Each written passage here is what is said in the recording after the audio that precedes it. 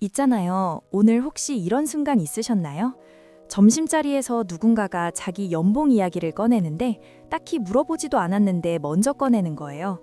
아니면 단체 채팅방에서 누군가가 나 어제 또 야근했어. 진짜 중요한 프로젝트라서 라고 올리는데 읽은 척 넘기면서도 왠지 모르게 기분이 묘해지는 그 순간 말이에요. 기가 빨리는 느낌이랄까요? 머릿속이 약간 피곤해지는 느낌. 근데 이상하지 않으세요? 저 사람은 왜 저럴까? 라는 생각은 드는데 막상 왜 그러는지는 잘 모르겠는 거잖아요. 그냥 자신감이 넘쳐서 아니면 단순히 성격이 그런 건지. 오늘 이 영상이 끝날 때쯤이면 그 대답이 선명하게 보일 거예요. 그리고 아마 이런 생각이 드실 겁니다. 세상에, 이건 나도 어딘가에서 본 적 있는 이야기인데 하고요. 어쩌면 그 사람이 나일 수도 있고 어쩌면 내 가장 가까운 사람일 수도 있어요. 한 가지만 먼저 말씀드릴게요. 강한 척하는 사람들의 마음속 깊은 곳에는 우리가 상상도 못할 만큼 작고 떨리는 무언가가 있습니다. 오늘 그 비밀을 함께 들여다보겠습니다. 자, 한번 상상해 보세요. 여기 어떤 사람이 있어요. 모임에 나올 때마다 자기가 얼마나 바쁜지부터 이야기해요. 요즘 어떻게 지내냐고 물으면 나 요즘 너무 바빠가 첫 마디예요. 그 말을 하는 얼굴이 묘하게 피곤해 보이면서도 어딘가 자랑스러워 보이는 거 느껴지시죠? 대화 중간중간에 자기 회사 얘기, 자기 성과 얘기가 슬쩍슬쩍 끼어들고요. 그리고 누군가 다른 사람의 이야기가 시작되면 묘하게 화제를 자기 쪽으로 돌려요. 참 신기하게도요. 그 사람 곁에 있으면 뭔가 눌리는 기분이 들죠? 내가 뭘 잘못한 것도 아닌데 괜히 주눅이 든달까요? 가슴 어딘가가 살짝 답답해지는 느낌.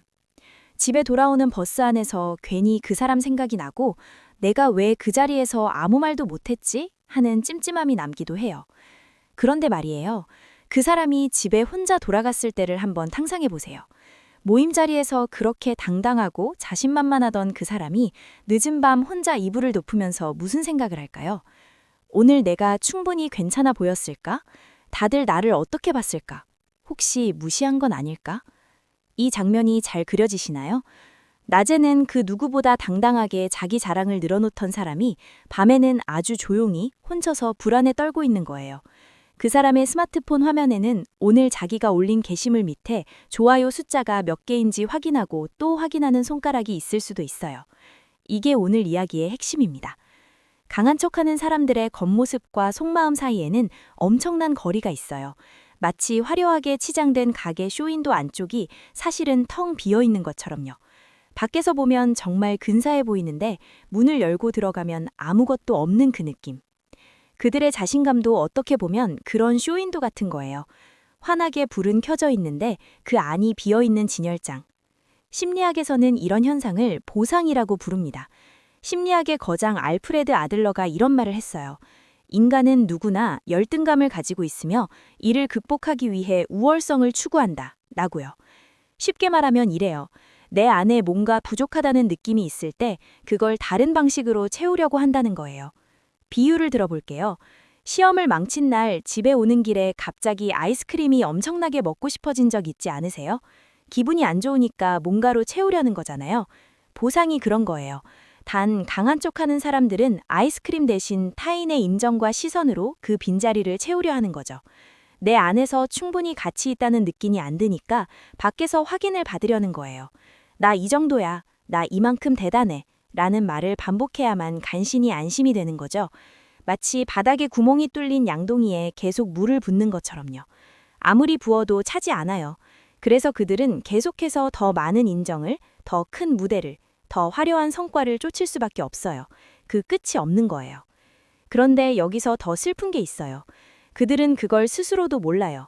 자기가 왜 이렇게 피곤하게 사는지, 왜 이렇게 남의 시선이 신경 쓰이는지, 왜 누군가 칭찬을 해줬다가 다음날 한마디 안 해줬을 때 그렇게 기분이 꺼지는지를 정작 자기는 이해를 못하는 거예요.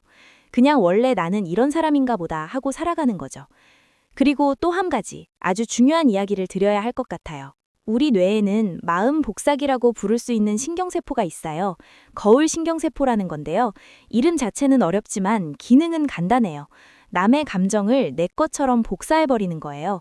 누군가가 웃으면 나도 덩달아 기분이 좋아지고 누군가가 울면 나도 괜히 코끝이 찡해지는 게 다 이 복사기 때문이에요.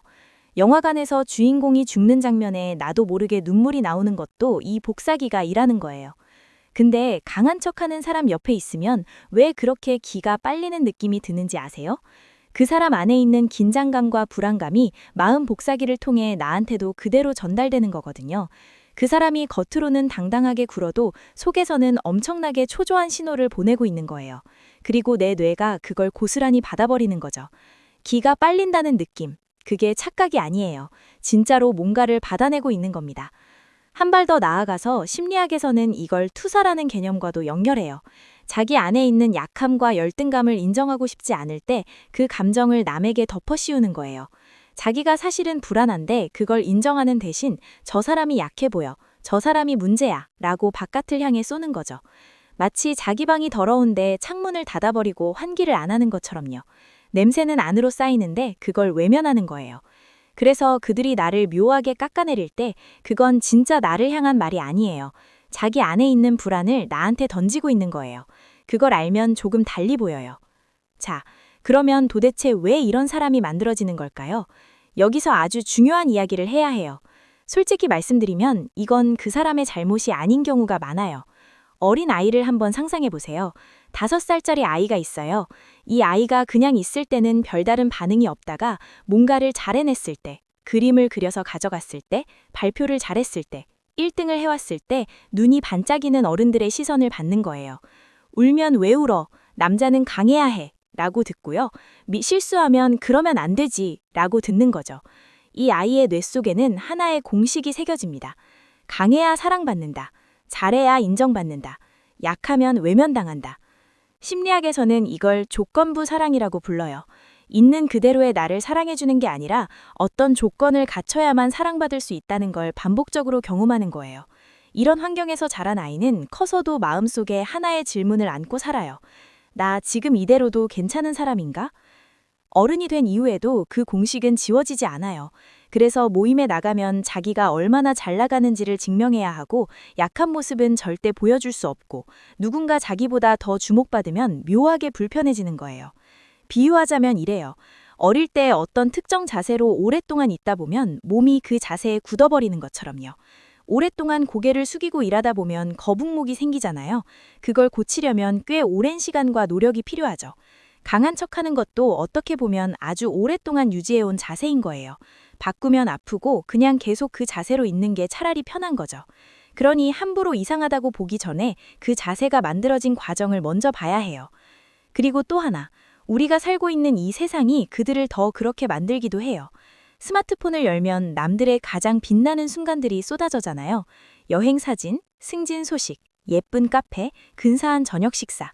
그걸 매일 들여다보면서 나는 어때? 라고 자신을 비교하게 되는 거예요. 남들은 다 저렇게 사는데 나만 이러는 건 아닐까? 하는 불안이 매일매일 쌓이는 거죠. 근데 생각해보면 웃기는 거잖아요. 우리가 보는 그 화려한 사진들, 그게 그 사람의 전부가 아니잖아요.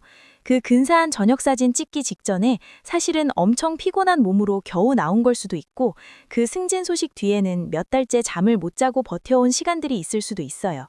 하지만 우리 뇌는 그걸 자꾸 잊어버려요. 보이는 것만 받아들이는 거죠. 강한 척하는 사람들은 이 비교의 세계에서 어떻게든 위에 있어야 안심이 되는 사람들이에요. 타인보다 위에 있을 때만 겨우 안전하다고 느끼는 거죠. 그래서 대화 중간에 묘하게 상대를 깎아내리거나 그건 네가 잘 몰라서 그러는 거야. 내가 해봐서 아는데 같은 말이 습관처럼 튀어나오는 거예요. 상대를 낮추면 상대적으로 자신이 높아지는 느낌이 드니까요. 하지만 이건 정말 일시적인 안도감이에요. 더 잘난 사람을 만나는 순간 와르르 무너지거든요. 그래서 그들은 늘 주변을 경계해요. 항상 긴장 상태인 거예요. 어딜 가나 나보다 더 나은 사람이 있는지 레이더를 켜고 다니는 거죠. 참 피곤한 삶이에요. 스스로 선택한 피곤함이지만 사실 그 선택조차 스스로 한 게 아닌 거잖아요. 어릴 때부터 그렇게 살아야 했던 거니까요. 그리고 이런 분들 옆에 오래 있다 보면 나도 모르게 나 자신을 더 작게 느껴지는 경우가 있어요. 이상하게도 그 사람 앞에서는 내 이야기를 꺼내기가 힘들어지고 내가 한 일이 별거 아닌 것처럼 느껴지고 괜히 내가 뭔가 부족한 사람인 것 같은 기분이 되는 거예요. 이게 다 마음 복사기가 너무 열심히 일하고 있어서 그런 거예요. 그 사람의 불안을 내가 함께 느끼고 있는 거죠. 그렇다면 이제 가장 현실적인 이야기를 해볼게요.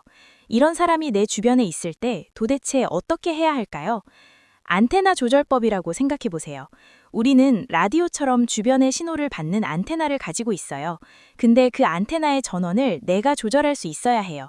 무조건 꺼버리는 게 아니라 받아들일 신호와 흘려보낼 신호를 내가 선택하는 거예요. 첫 번째로 드리고 싶은 말은 이거예요. 그 사람의 말과 행동을 내 문제로 끌어오지 마세요. 그 사람이 나를 묘하게 깎아내리거나 자기 자랑으로 나를 주눅들게 만들 때 우리는 본능적으로 내가 정말 그렇게 부족한 건가? 하는 생각을 해버리는 거죠. 뒤통수를 맞은 것처럼 멍해지는 거죠. 근데 여기서 기억하셔야 해요. 그 사람의 행동은 나를 향한 게 아니에요. 그 사람 자신의 내면에 있는 결핍과 불안에서 나오는 거예요. 비유를 들면요. 뜨거운 팬 위에 물을 한 방울 떨어뜨리면 지지직 튀잖아요. 그게 나한테 튈 수 있어요. 그런데 그게 내 잘못인가요? 아니잖아요. 팬이 뜨거운 거죠. 그 사람의 내면이 그만큼 달아올라 있는 거예요. 나는 그냥 옆에 있었을 뿐이에요. 이 비유 하나만 기억하셔도 마음이 많이 편해질 거예요. 두 번째로, 맞서 싸우려 하지 마세요. 그 사람이 자기 자랑을 늘어놓을 때 나도 더 대단한 이야기를 꺼내야겠다 라고 생각하는 순간 우리는 이미 그 사람의 불안한 게임 안으로 들어간 거예요. 기싸움의 링에 올라타는 거죠. 그 게임은 이길 수가 없어요. 왜냐면 그 사람은 이 게임을 평생 해온 사람이거든요. 대신 이렇게 해보세요. 속으로 딱 한 문장만 떠올리는 거예요. 아, 저 사람이 지금 자기 가치를 증명받고 싶어서 애를 쓰고 있구나. 그 문장 하나가 나를 게임 바깥에 있게 해줘요. 관찰자가 되는 거예요. 참여자가 아니라요. 그러면 신기하게도 그 사람의 말이 덜 상처가 돼요. 파도가 치더라도 내가 그 파도를 타지 않으면 쓸려가지 않는 거니까요. 세 번째로, 가까운 사람이라면 가끔 인정의 말 한마디가 효과적일 수 있어요. 그 사람이 원하는 건 결국 인정이잖아요. 야, 요즘 정말 열심히 사는 것 같다 라는 말 한마디에 그 사람의 방어막이 살짝 느슨해지는 경우가 있어요. 억지로 아쳐 말하는 게 아니에요. 진심으로 볼 수 있는 부분이 있다면 그걸 가볍게 인정해 주는 거예요. 그 사람은 사실 그 말 한마디를 정말 오래 기다려온 사람일 수 있거든요. 어쩌면 어릴 때부터 한 번도 제대로 들어보지 못한 말일 수도 있고요. 네 번째로, 그게 나를 지치게 만들 정도라면 거리를 두는 게 맞아요. 나를 지키는 것과 차갑게 대하는 것은 달라요. 경계선을 긋는 게 나쁜 사람이 되는 게 아니에요. 울타리를 세우는 거예요. 집 마당에 울타리가 있다고 해서 나쁜 집주인인 건 아니잖아요. 다만 내 공간과 남의 공간 사이에 선을 긋는 거예요. 그 선이 있어야 나도 건강하게 살 수 있고 상대방과의 관계도 오래 갈 수 있어요. 내 감정이 계속 소진된다는 느낌이 든다면 그건 이미 경계선을 그어야 한다는 신호예요. 퇴근하고 나서도 그 사람 생각이 계속 나고 같은 장면을 자꾸 되씹게 되고 다음에 또 그 사람을 만나야 한다는 생각에 벌써부터 피곤해진다면요. 더 자주 보지 않아도 되고 그 사람의 이야기를 끝까지 다 들어줄 의무도 없어요. 연락을 줄이거나 대화 시간을 짧게 가져가거나 모임 자리에서 슬쩍 다른 사람 옆으로 자리를 옮기거나 이런 작은 조정들이 나를 지켜줘요. 그리고 여기서 꼭 드리고 싶은 말이 있어요. 그 사람을 이해하는 것과 그 사람의 무례함을 참는 것은 완전히 다른 얘기예요. 그 사람의 어린 시절이 안쓰럽다고 해서 어른이 된 지금 나한테 상처 주는 말을 해도 된다는 뜻이 아니에요. 이해는 하되 허용하지 않아도 돼요.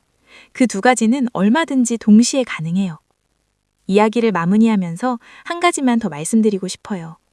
오늘 강한 척하는 사람들 이야기를 하면서 어디선가 나도 저런 적이 있었는데 하는 생각이 드셨을 수도 있어요. 괜찮아요. 사실 우리 모두의 마음속에는 조금씩 그런 마음이 있거든요. 더 멋져 보이고 싶고 약한 모습은 감추고 싶고 나 이 정도는 돼 라는 걸 누군가에게 보여주고 싶은 마음. 그건 나쁜 게 아니에요. 인간이라면 당연히 있는 마음이에요. 오늘 하루도 참 수고 많으셨습니다. 강한 척하지 않아도 되는 시간들이 여러분 곁에 많이 있기를 바랍니다. 오늘만큼은 갑옷을 내려놓고 그냥 편하게 쉬셔도 돼요. 있는 그대로의 여러분이 오늘 밤은 편안하게 잠들 수 있기를 진심으로 바랍니다. 영상이 마음에 드셨다면 좋아요와 구독을 부탁드립니다. 여러분이 남겨주시는 댓글 하나하나가 저에게는 큰 힘이 됩니다. 저는 다음 영상에서도 여러분의 마음을 치유하고 삶을 변화시킬 수 있는 더 깊이 있는 심리학 이야기로 돌아오겠습니다. 여러분, 오늘도 스스로를 가장 많이 아껴주는 하루 보내시길 바랍니다. 시청해주셔서 진심으로 감사합니다.